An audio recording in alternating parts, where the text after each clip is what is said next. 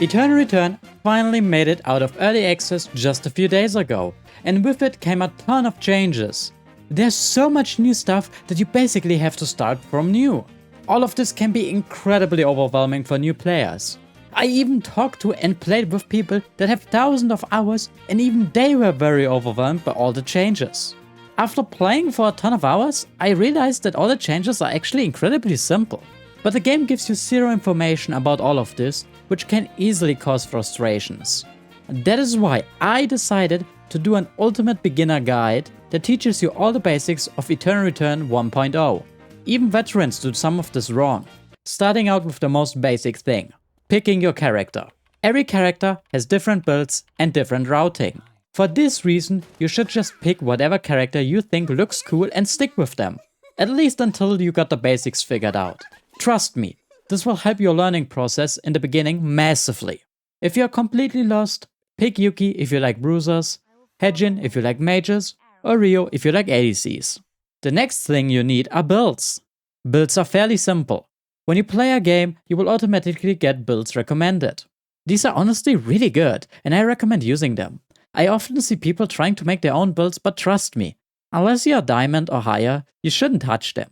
Now when you load in, the first thing you should do is speedrun your build. This is incredibly important. The amount of times I see new players try to kill animals or other players with no items is concerning. If you see an enemy, ignore it. If someone attacks you, ignore them. If you see an animal, ignore it. Just focus on your build and make sure you finish it during day 1. Another very important thing about looting are loot clusters. Every zone has 5 clusters. These are a group of boxes that are near each other. This, for example, is a loot cluster. You can also tell what a loot cluster is by looking at your map or at the blue glowing boxes at the beginning of a match. Every item that you need for your build in a zone can be gotten in a single loot cluster. Now sometimes you might run into the problem of missing an item in the cluster. If that happens, just continue with your build. After finishing it, you can open your V-pad with V and just right click on the item that you are missing. This will cost you 30 credits and call in the item directly in your inventory, without you having to loot anything. After you finish your build, you can go hunting animals to increase your mastery and level. Most animals drop meat. Always make sure to pick this up. Meat is the easiest way to heal yourself. Speaking of healing, there are 2 main ways to heal yourself in Eternal Return. Either through resting, which can be done by pressing the X key if you are not in combat, or by eating food. Food used to be very complicated before, but it is very simple now. Just take any food ingredient to a campfire and you will be able to cook food with it. Remember that meat that you took from the animals? Yeah, take that to cook some sizzling steak. You will get 2 per meat, so that should help you out massively. Other amazing and simple food sources are potatoes, fish and pizza. If you take those to a campfire, you will get a large amount of high quality food, which will heal you by more than any other food. Okay, so now you know how to finish your build, cook food and hunt animals. What now? Now you should meet up with your team. This can easily be done by going to a hyperloop and clicking on your teammates' pictures up here. It is a lot easier to kill enemies or animal packs if you are in a group. Let's say you decided to fight another team and lost the fight, but one of your teammates survived. The first thing you should do is not leave. The amount of times I've seen people not understand the revive system is actually scary. The game does a horrible job at explaining it, even though it is very simple. If you die before day 3, you will automatically respawn after a certain time.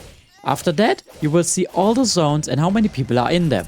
Ideally, you should always try to TP on top of your teammates to make sure no one else dies. After day 3 is over, there are no more automatic revives, but that doesn't mean you are dead. Until the final restricted area, your teammates can revive you by going to a kiosk and paying 250 credits. I'm really happy Nimblneuron added this, but sadly too many people quit after they die once. Speaking of credits, they are the main currency in the game. You get them per second, but also for killing players or animals. Those are also a reason why you should try to farm animals a lot early on after finishing your build. These credits can be spent in the already mentioned kiosks. These can be found around the map. They will sell you RNG material. This material can be used to craft legendary equipment, which is a lot stronger than your basic one. Which ones you need depend on your character. For most, you can just look at your V-pad and pick any of the 3 options you have. Those are often not optimal, but they are still good. If you want to get optimal transitions or just tips on how to play your character, then I recommend joining the Test Subject Discord server. It was created by the community to help out new players by providing them with information about builds, transitions, gameplay plans, and how to fight matchups by top players. You didn't hear this from me, but we even got people from Nimble Neuron unofficially in there to make sure everything is legit and well prepared for new players. You can even find me in there if you have questions about Nadine or Barbara. The final gameplay thing you need to have is a game plan. This can be a lot of different things. Either farming animals, going for objectives, or trying to force fights. The game plan can change on the fly and should be based on the current game phase you are in. Game phases are based on the current day or night you are on. These are the different things you should be doing during each day. During day and night 1, you should finish your build, hunt animals or cook some food. Day 2 is where you should start fighting for objectives. Tree of Life and Meteor spawn at the beginning of the day, so I recommend grouping up and going for them. If the fight goes wrong, you can just automatically revive, and if you get it, you can craft legendary equipment. Night 2, you get a choice of battle zones or alpha. Battle zones are areas that get locked down and force you to fight whoever else is in there. If you win it, you get an RNG material of your choice. If your whole team dies, however, you are not out. Battle zones will always revive you after you die. Alpha, on the other hand, is an android that spawns in a predetermined location. This can be checked by pressing tab during day 2. Alpha will reward you with a mithril if you kill it, but while you are fighting it, there's a good chance for another team to show up and contest you. This is why I recommend battle zones. You can get a mithril from there and don't get punished if you die. Now at the beginning of day 3, you should start to be more careful. There are no more automatic revives and only credit revivals, so taking fights is a lot more risky. That is why you should be going for epic supply drops. These will always have RNG material in them and are rarely contested. Alternatively, you can also go for the second wave of Tree of Life and Meteor spawns. Try to go for at least one of these options. Getting legendary equipment is very important. It can and will change how a fight plays out. Night 3, you get the option of going to Omega. Omega is similar to Alpha but deals more damage. If killed, it will drop a force score, but it is very likely that you have to contest multiple teams for it because there's no other objective other than airdrops. Contesting Omega will put you ahead, but always remember that if a teammate dies, you will have to pay 250 credits to revive them. The final objectives that spawn night 4 are Wickerline and legendary air supplies. Legendary air supplies are simple. As you can guess based on the name, they will contain legendary equipment. Wick, on the other hand, is a lot more complicated and impactful. Unlike Alpha or Omega, Wick will walk around the map and leave behind a poison trail. Fighting her is a lot harder than Omega.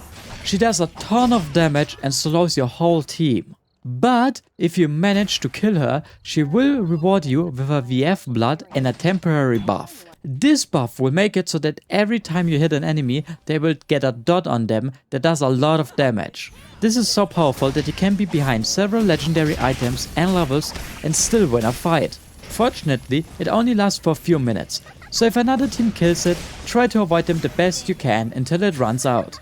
There's one more thing that you should know, which can be checked outside the game. Hotkeys. Hotkeys are just like in every other MOBA, but there are a couple ones specific to Eternal Return. The first one would be the crafting key. This is by default on Z. I often see new players click the items they want to craft with their mouse.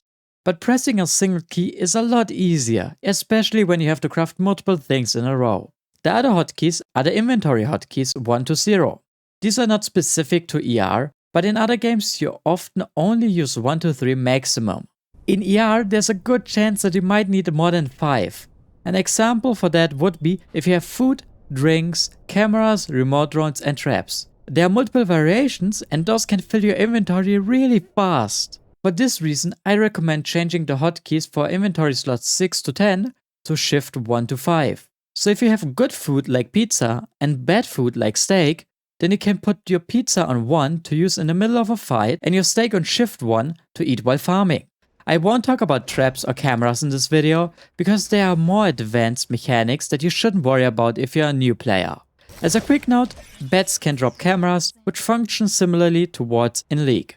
As my final and most important tip, have fun. Eternal Return is a battle royale. This means RNG plays a big role in if you'll win or lose. Sometimes you just get unlucky and die to a third party. Sometimes you are lucky and get to third party the enemy. This is just the nature of battle royales, and I see too many people get frustrated by it. Ultimately, games are made to be fun, and that shouldn't come from a win. Fun should come from doing stupid stuff with your friends in a game that allows you to do it. And Eternal Return allows for a ton of that.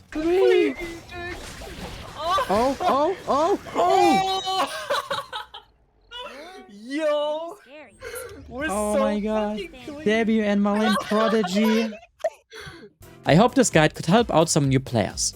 If you have any tips or things you struggled with, let me know in the comments below. I answer every comment and I'm always happy to help out new players at learning the game. If you want to keep up to date with my content or ask questions more privately, you can always join my Discord or check out my Twitch channel. I stream almost every day and I'm always happy to help out new players. With that being said, have a great day and have a ton of fun. Bye!